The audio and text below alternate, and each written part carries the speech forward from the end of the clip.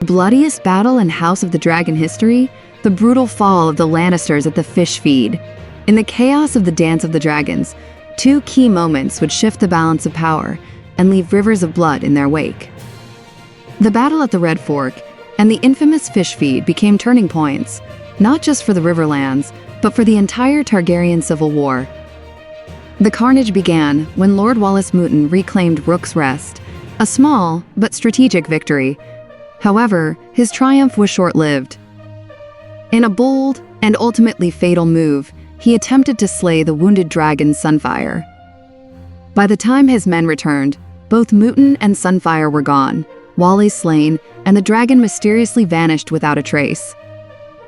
Though grievously wounded, Sunfire had seemingly taken flight once more. It would be another 6 months before the dragon resurfaced.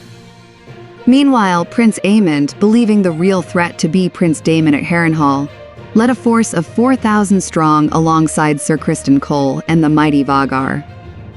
But Daemon, always one step ahead, was already gone, retreating south aboard Caraxes and avoiding direct confrontation. When Aemond arrived after a grueling 19-day march, Harrenhal was eerily empty, a ghost of a castle that mocked their effort. To the west, the Green forces had more success, at least initially. A Lannister-led army defeated the Western Riverlords at the Battle of the Red Fork. But victory came at a high cost.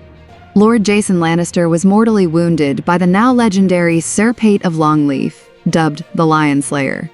Just days later, Sir Adrian Tarbeck was cut down at Acorn Hall, leaving the Lannister army leaderless and vulnerable. Old Lord Humphrey Lefford stepped in to lead the remaining Green forces and marched east to unite with Aemond and Criston.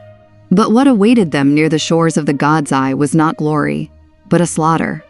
There, Lord Roderick Dustin and his fearsome winter wolves joined with Lords Frey and Red Rob Rivers. From the south, Pate the Lion Slayer and several loyal lords flanked the Lannisters.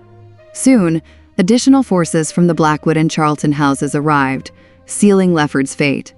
The skies were sealed too. Lefford's ravens were shot down, cutting off all hope of communication or retreat. The next day saw the start of the bloodbath, now known as the Battle by the Lake Shore, or more grimly, the Fishfeed.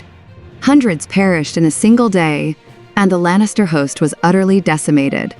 The Riverlands would never forget the slaughter, and neither would Westeros.